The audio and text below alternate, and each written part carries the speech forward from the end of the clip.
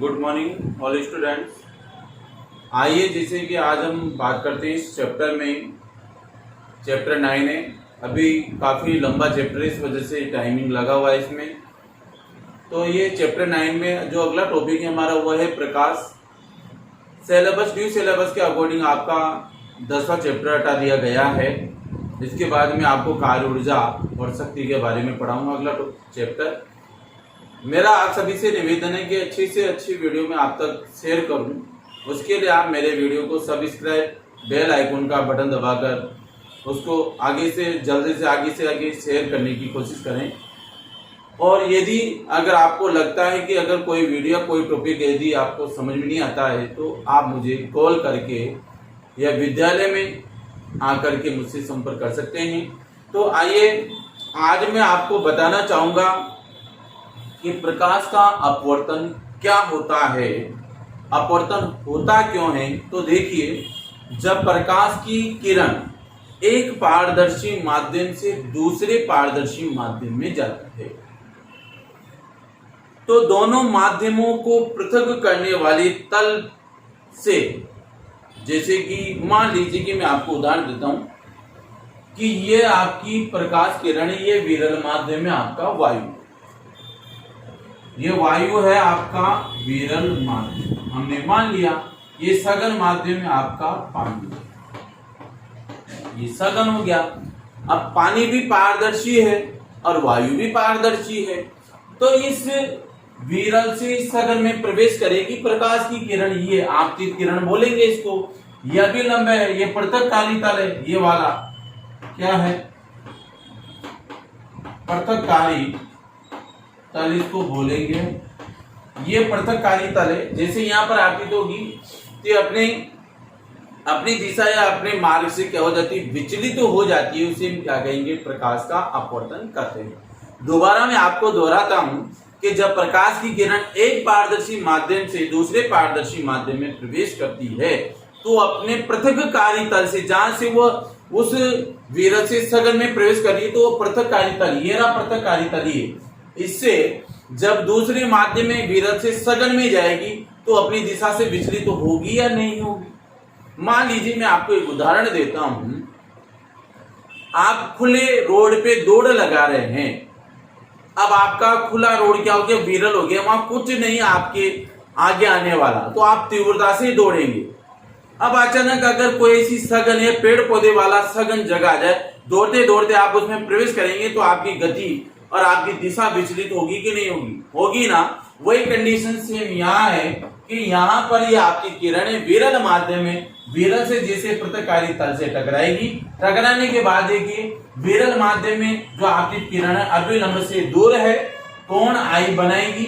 जैसे ये पृथककारी तल से टकराती है और सघन माध्यम में प्रवेश करती है तो ये झुक जाती है आपकी किसकी ओर, अभिलंब की ओर झुक जाती है। देखिए ये इधर नहीं है, यहाँ विरल माध्यम में भी लंब से दूर है और सघन माध्यम में जाते क्या हो जाएगी, विरल माध्यम के पास नजदीक आ जाती है, क्योंकि इसकी दिशा और वेग में परिवर्तन हो जाता है। इसका उल्टा कर दीजिए आप, प्रकाश की किरण देखिए, आपतित किरण सघन माध्यम में अभिलंब के पास है, जैसे सघन माध्यम में जाएगी इसकी दिशा अलग रहेगी, सघन से विरल में जाएगी तो इसकी दिशा में क्या हो जाता है, परिवर्तन हो जाता है, वेग बढ़ेगा। यहाँ विरल से सघन में जाएगी तो इसका वेग कम हो जाएगा और दिशा बदलेगी। यहां से सघन से विरल में जाएगी तो इसकी दिशा बदलेगी और वेग बढ़ेगा, यहाँ वेग घटेगा और यहाँ बढ़ेगा। जब विरल से सघन में जाती है तो दिशा तो बदलती है, परंतु इसमें सघन में जाते वेग क्या हो जाएगा, यानी गति कम हो जाएगी। परंतु इसका विपरीत कर दो, अगर ये सघन से विरल में जाती है तो विरल में जाने पर इसकी गति तो बढ़ती है, परंतु वेग तो बढ़ता है, परंतु दिशा परिवर्तित, तो दिशा तो दोनों में परिवर्तित होगी, परंतु यहाँ वेग क्या होगा, घटेगा सघन में जाने पर, और यहाँ विरल में जाने पर वेग बढ़ेगा। तो हमने ये कहा है कि जब कोई प्रकाश किरण एक पारदर्शी माध्यम से, यानी कि ये विरल से सघन या सघन से विरल में जाती है तो अपने पृथककारी तल से क्या हो जाती है, वो अपनी दिशा से विचलित हो जाती है। तो देखिए ये पृथककारी तल है, यहाँ भी पृथककारी तल है, यहाँ विरल से सघन में जा रही है, यहाँ सघन से विरल में जा रही है, तो अपनी दिशा से इसको जाना चाहिए था कहाँ पे, इस दिशा में जाना था इसको, यहाँ मुड़ कहाँ गई यहाँ, इसको जाना था कहाँ, इस दिशा में, मुड़ कहाँ गई यहाँ। तो ये कितना परिवर्तन देखने को आपको मिल रहा है, तो ये परिवर्तन है, इसको हम क्या कहेंगे, जब कोई प्रकाश किरण एक पारदर्शी माध्यम से दूसरे पारदर्शी माध्यम में जाती है तो अपने पृथककारी तल से वो अपनी दिशा से विचलित हो जाती है। इसी घटनाओं को हम प्रकाश का अपवर्तन कहते हैं। अब देखिए अपवर्तन का कारण क्या है। जब प्रकाश एक माध्यम से दूसरे माध्यम में प्रवेश करता है तो उसके वेग में परिवर्तन होता है, होगा वेग में परिवर्तन। जैसे मान लीजिए अभी मैंने आपको चित्र में बताया, विरल से सघन में जाने पर प्रकाश का वेग क्या होगा, इस प्रकाश की किरण का वेग क्या होगा, घटेगा ना, और दिशा भी बदलेगी, मैंने बताया था अभी। तो यहाँ पे वेग कम हो रहा है। तथा जब प्रकाश की किरण अभिलंब की ओर झुक जाती है तो विरल से सघन में जाएगी तो प्रकाश की किरण का वेग कम होने के कारण ये प्रकाश की किरण, ये अभिलंब एम और एम डे से अभिलंब है, तो ये देखो यहाँ अभिलंब से दूर थी, सघन में आती है अभिलंब की ओर झुक जाती है। इसी प्रकार से अगर इस सघन से विरल में जाती है तो सघन से विरल में जाने पर प्रकाश का वेग क्या होगा, बढ़ेगा, ये बढ़ना देखो यहाँ पे। और किरण अभिलंब से दूर हट जाती है, जबकि यहाँ पे देखिए किरण अभिलंब के पास है, अभिलंब है एम और एन डैश, यहाँ किरण अभिलंब से नजदीक है, यहाँ किरण अभिलंब से दूर है, क्योंकि यहाँ से इसका वेग बढ़ेगा। तो ये होता है प्रकाश का अपवर्तन का कारण, की इस वजह से अपवर्तन होता है। आगे हम चलते हैं कि प्रकाश के अपवर्तन के नियम क्या हैं। तो नियम नंबर 1 में आपको बताना चाहूंगा, ये मैं क्लियर कर देता हूं, समझ में आ गया होगा। अब मैं आपको बताता हूं कि प्रकाश का अपवर्तन के नियम क्या है, वो देखिएगा।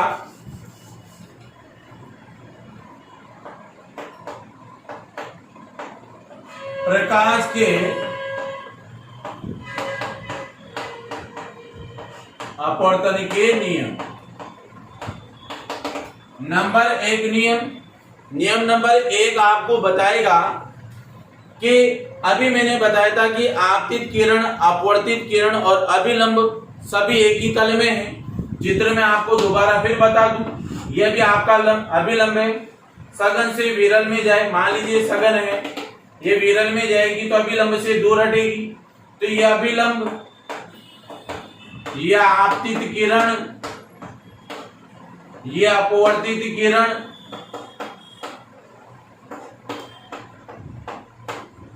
ठीक है, ये आपतित हो गई, ये अपवर्तित हो गई, ये एम डैश अभिलंब हो गया। तो यहां पे हमने ये कहा चाहे विरल से सघन में जाए या सघन से विरल में जाए, आपतित किरण नंबर 1, अपवर्तित किरण नंबर 2 और अभिलंब, तीनों एक ही तल पे है या नहीं है, ये पृथककारी तल पे है, यहां से जा रहे हैं सारे तल। आपकी किरण भी है, अपवर्तित किरण भी यहां से गुजरी और अभिलंब भी यहां का यही है, तो तीनों एक ही तल पर स्थित होते हैं। नियम नंबर 1। नियम नंबर 2, प्रकाश के किसी निश्चित रंग तथा निश्चित माध्यमों के युग्म के लिए आपतन कोण की ज्या। अब आपतन कोण की ज्या ये है कोण आई और अपवर्तित कोण की ज्या कोण आर होगी। तो उस आपतन कोण की ज्या इसको व्यक्त करेंगे हम किससे, साइन आई से, क्योंकि इसका कोण क्या बना हुआ है, कोण आई है, इसको साइन आई लिखेंगे। तथा अपवर्तन कोण की ज्या, अपवर्तन कोण की ज्या क्या है, आर, तो इसको क्या लिखेंगे, साइन आर लिखेंगे हम। क्या होती है, अनुपात इनका स्थिर होता है, इस नियम को स्नेल का नियम भी कहते हैं। दोबारा दोहराता हूं, प्रकाश के किसी निश्चित रंग या फिर किसी निश्चित माध्यमों की युग्म, युग्म का मतलब होता है जोड़े के लिए आपतन कोण की ज्या कोण आई, आपतन कोण की ज्या हो गई।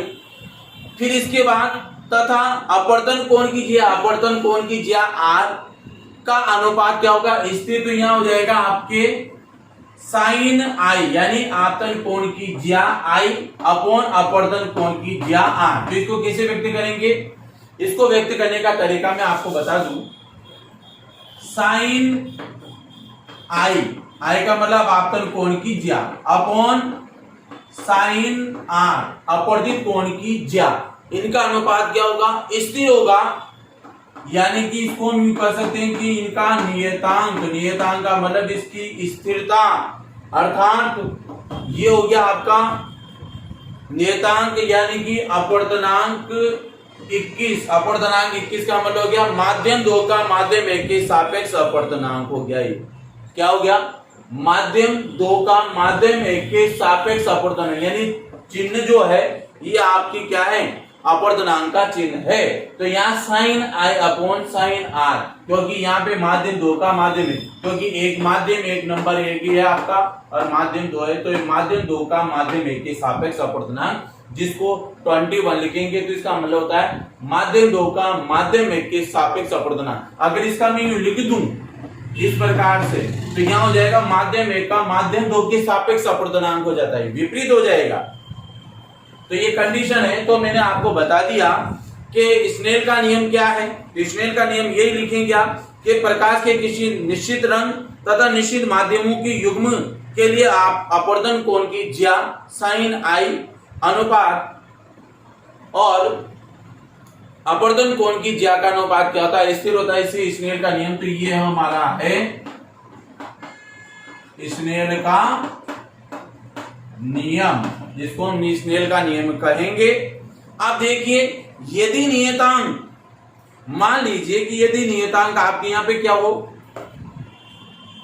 नियतांक आपके यहां पे परिवर्तित हो जाए, यदि नियतांक माध्यम 2 का माध्यम 1 के सापेक्ष, मैं यहां पे लिख देता हूं ये जो नियतांक है, यह नियतांक, ये जो दिया हुआ है इसकी बात कर रहा हूं मैं पूरे की, यह नियतांक माध्यम 2 का माध्यम 1 के सापेक्ष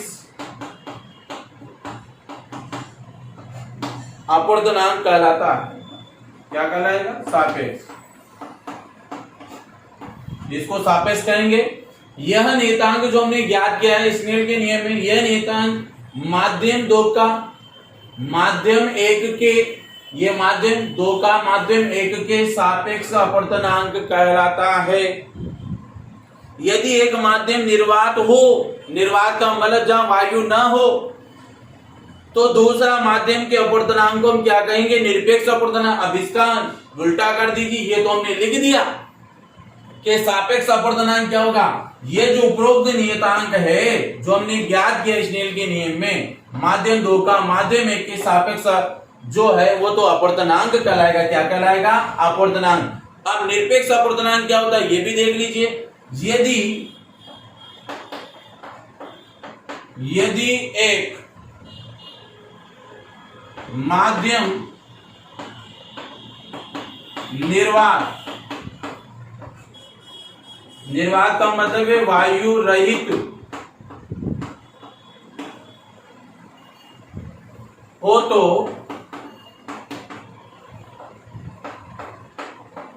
दूसरे किसी माध्यम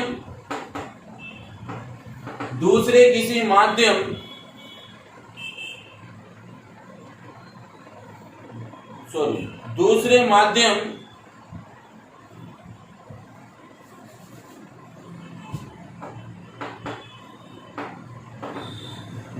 माध्यम के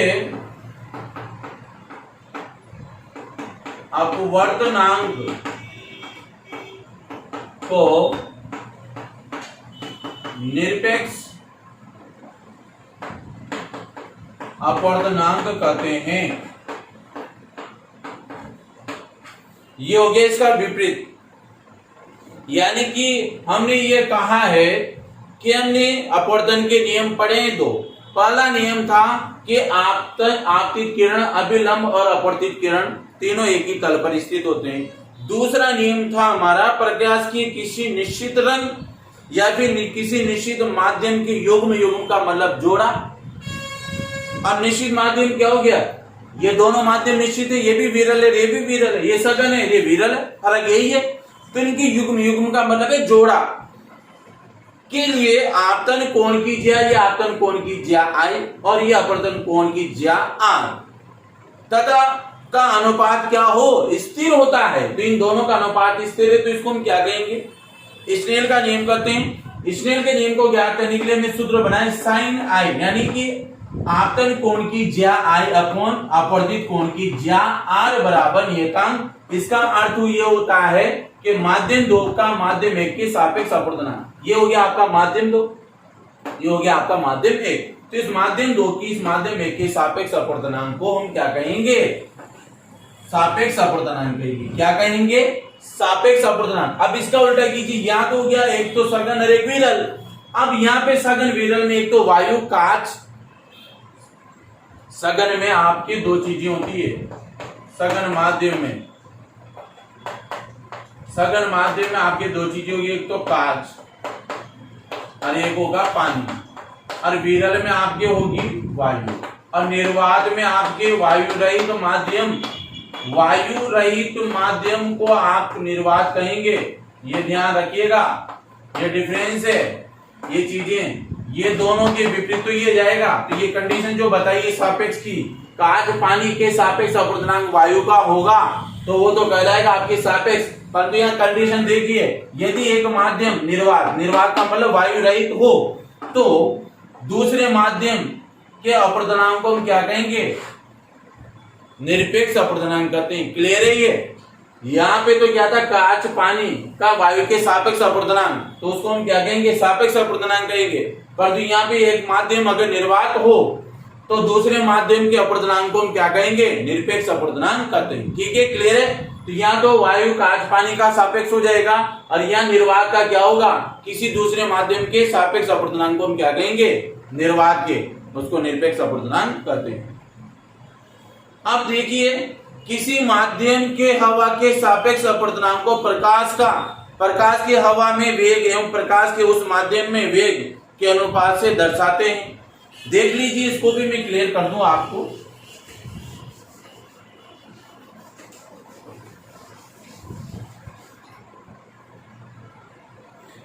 यहां पे दिया हुआ है कि किसी माध्यम के, अब किसी माध्यम में, किसी माध्यम का मतलब कांच या फिर जल, कांच या जल के माध्यम के हवा के सापेक्ष है। अब मान लीजिए कि मैं यहां पे लिख देता हूं कि किसी माध्यम के हवा के सापेक्ष, हवा के सापेक्ष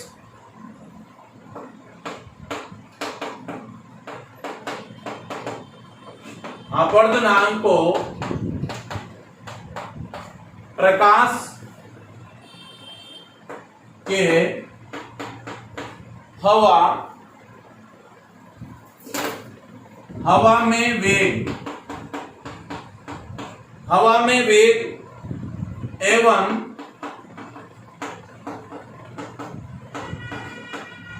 प्रकाश के उस माध्यम,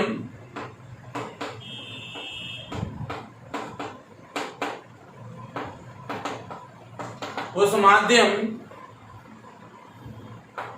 के वेग को दर्शाते हैं। यानी इस लाइन को आप तरीके से पढ़ें कि किसी माध्यम के हवा के सापेक्ष, अब किसी माध्यम का मतलब हो गया हवा के सापेक्ष माध्यम होगा या तो कांच या फिर वायु। ठीक है, सापेक्ष अपवर्तनांक को प्रकाश के हवा में वेग एवं प्रकाश के उस माध्यम में वेग के अनुपात से दर्शाते हैं। तो देखिए, यहां पे हो जाएगा आपके अपवर्तनांक, यानी माध्यम 2 का माध्यम 1 के सापेक्ष अपवर्तनांक, यानी कि हवा का किसी भी माध्यम, यानी हवा के सापेक्ष अपवर्तनांक को प्रकाश के हवा में वेग, हवा में वेग और प्रकाश के उस माध्यम में वेग को हम दर्शाएंगे। तो कैसे दर्शाएंगे, देखिए, अब आप गौर करना। प्रकाश का हवा में वेग, यानी वेग से दर्शा रहे हम यहां पे। फिर यहां है कि प्रकाश का माध्यम में वेग, प्रकाश का माध्यम में वेग। इसको आप कैसे लिखेंगे? प्रकाश का हवा में वेग होगा उसको तो v1 से व्यक्त करेंगे और किसी दूसरे माध्यम को v2 से व्यक्त करते हैं। तो किसी माध्यम के हवा के सापेक्ष अपवर्तन, अब किसी माध्यम में तो प्रकाश का माध्यम कुछ भी, तो ये माध्यम जो है या कांच या पानी दोनों में से कुछ भी हो सकता है। तो यहाँ किसी शब्द आ गया तो हवा के सापेक्ष अपवर्तनांक को प्रकाश के हवा में वेग v1, प्रकाश की उस माध्यम में के वेग को हम क्या कहते हैं? तो उस माध्यम से मतलब नीचे वाला माध्यम इसमें क्या हो सकता है? या तो पानी या फिर कांच, तो उसको v2 से व्यक्त करेंगे। तो माध्यम 2 का माध्यम 1 के सापेक्ष अपवर्तनांक यानी वेग क्या होगा? प्रकाश का हवा में वेग। तो यहाँ पे वेग को यानी कि इस पहले वाले वेग यानी कि माध्यम 2 का माध्यम 1 के सापेक्ष, तो नीचे वाला तो क्या था? 2 ऊपर वाला, तो इस 1 का 2 के प्रति क्या हो जाएगा? अपवर्तनांक। तो प्रकाश का हवा में वेग क्या हो गया? v1 और दूसरा माध्यम हो गया उसमें दोनों के अनुपात को दर्शाते हैं। तो प्रकाश का माध्यम में वेग v2 से हम दर्शाएंगे। तो अपवर्तनांक की माध्यम की प्रकृति, घनत्व, प्रकाश के रंग, तरंग दैर्ध्य पर क्या होता है? निर्भर करता है। बैंगनी रंग का अपवर्तनांक सर्वाधिक और लाल रंग का अपवर्तनांक कम से कम होता है। और निर्वात में प्रकाश की चाल, निर्वात में प्रकाश की जो चाल है उसका जो फॉर्मूला है या उसकी जो स्पीड है 3 इंटू 10 की पावर 8 मीटर प्रति सेकंड है। ये इसका फॉर्मूला है। निर्वात में प्रकाश की चाल का जो फॉर्मूला है 3 इंटू 10 की मीटर 8 मीटर प्रति सेकंड है। सर्वाधिक प्रकाश में अपवर्तनांक बैंगनी रंग का अधिक और लाल रंग का कम होता है। इसके बाद अगले वीडियो में आपको बताऊंगा अपवर्तन के उदाहरण। आज के लिए इतना ही काफी है। Thank you so much.